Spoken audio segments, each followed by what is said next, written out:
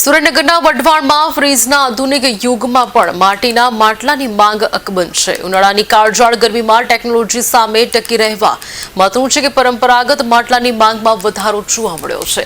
માટીના માટલામાં પાણી કુદરતી રીતે ઠંડુ થાય છે અને તેનાથી પાચન ક્રિયા સુધરે છે તેમજ અન્ય સ્વાસ્થ્ય લાભો પણ થતા હોય છે। માટલા બનાવનારા કારીગરો માટે એકમાત્ર આવકનો સ્ત્રોત છે।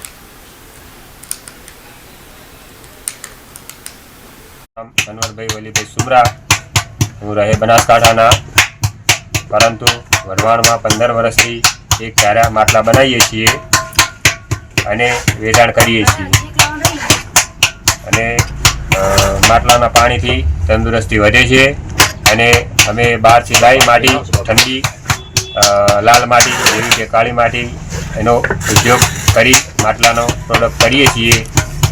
અત્યારે હાલમાં જે ફ્રીજના માણસો હાલમાં ફ્રીજના માટલા કરતો ફ્રીજના પાણી કરતો માટલાનું પાણી સારું રહે છે એટલા માટે આ ધંધો કરીએ છીએ બરોબર।